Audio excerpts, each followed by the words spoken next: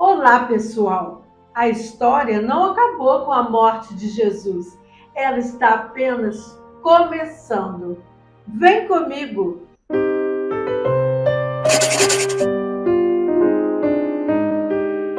O relato do Evangelho de Mateus diz que asseguraram o sepulcro, selando a pedra e colocando guardas. O rei, nessa época, teria uma guarda ao seu redor.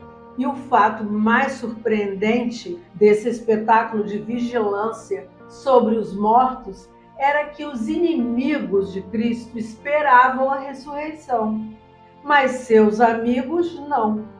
Os incrédulos eram os crentes e os crentes eram os incrédulos. Seus seguidores exigiam provas para serem convencidos. Suponhamos que não aceitamos as testemunhas da ressurreição e outras provas de milagres que atestem a confiabilidade de Cristo.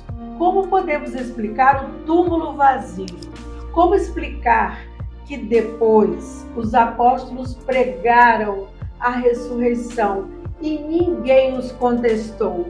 As aparições de Jesus ressuscitado não ocorreram quando os discípulos estavam esperando, rezando, adorando, ou quando poderiam estar sujeitos a fantasias religiosas. As aparições do ressuscitado aconteciam nas ocupações ordinárias do dia a dia, quando passeavam, quando estavam comendo, sentados ou pescando. Ocorreram nas circunstâncias mais triviais, bem diferentes de um sono, onde a maioria das visões ocorre, ou no êxtase. O fato mais surpreendente sobre a ressurreição é que ninguém acreditava que ele ressuscitaria dos mortos. Nenhum dos seus seguidores acreditou.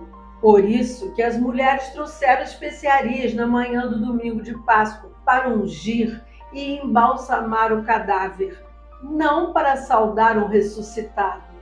Além disso, as aparições de Cristo não aconteceram enquanto as pessoas as procuravam. Ninguém estava esperando por ele, nem mesmo uma ressurreição. Quando Maria Madalena encontrou o túmulo vazio, nunca imaginou que pudesse estar vivo. Ela disse que alguém o havia movido de um local de sepultamento para outro. Além disso, houve um apóstolo que permaneceu em dúvida por uma semana inteira. As visões não ocorreram em diferentes pessoas simultaneamente. As ilusões particulares de uma pessoa, assim como seus sonhos, são apenas suas. Duas pessoas não sonham o mesmo sonho ao mesmo tempo. E quando Cristo apareceu àquelas 500 pessoas, alguém duvidou? Não. Uma visão jamais poderia remover a pedra da entrada do sepulcro. Isso foi um fato concreto. Além disso, havia os guardas e os judeus também. Ademais, se a ressurreição fosse apenas uma ilusão, essa fantasia teria sido curada com o toque de Tomé no corpo de Cristo. Quando nosso Senhor apareceu, ele se alimentou. Eles viram a comida desaparecer. E quando tomou o pão, eles viram o pão sendo partido. Em outra ocasião, Cristo lhes deu pão e peixe para saciar sua fome. Ora, nada disso acontece quando se tem um sonho ou uma ilusão. O fato é que nenhum dos apóstolos esperava uma ressurreição. Como Tomé, tiveram que ser convencidos da maneira mais difícil. Acredite, os incrédulos de hoje não se comparam com os incrédulos naqueles dias, os apóstolos. Eles eram os incrédulos, mas quando se convenceram, deram a prova disso, oferecendo seus próprios pescoços à espada. Nosso bendito Senhor veio ao mundo operando milagres como sinal de sua divindade. Quando ressuscitou dos mortos, pediu aos homens que estivessem preparados para morrer para si mesmos, a fim de estarem prontos a ressuscitar. E ele ressuscitou verdadeiramente. Ele vive.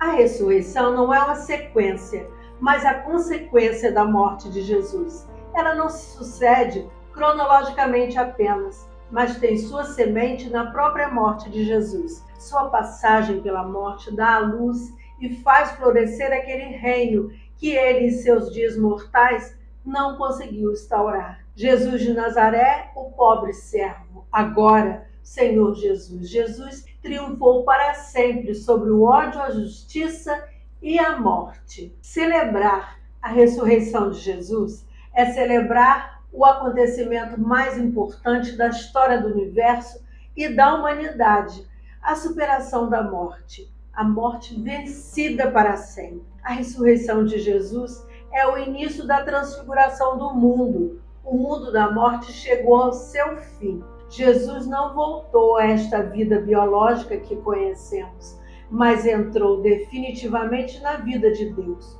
uma vida libertada, onde a morte já não tem nenhum poder sobre ele. A ressurreição de Jesus funda a certeza da nossa ressurreição da morte, para vivermos eternamente na plenitude da vida de Deus. Ele disse: essa é a vontade do meu Pai. Quem vê o Filho e nele crê, tem a vida eterna, e eu o ressuscitarei no último dia. Ressuscitando o Filho crucificado, Deus deu para qualquer pessoa humana a confiança de que ela nunca será abandonada, nem na vida, nem na morte, nem após a morte. Jesus Cristo é o que veio, mas também é aquele que vem vindo. Nos preparemos para a segunda vinda de Jesus. Todos estamos à espera. A luz vai lutar contra as sombras e acabará por vencê-las. Vem, Senhor Jesus!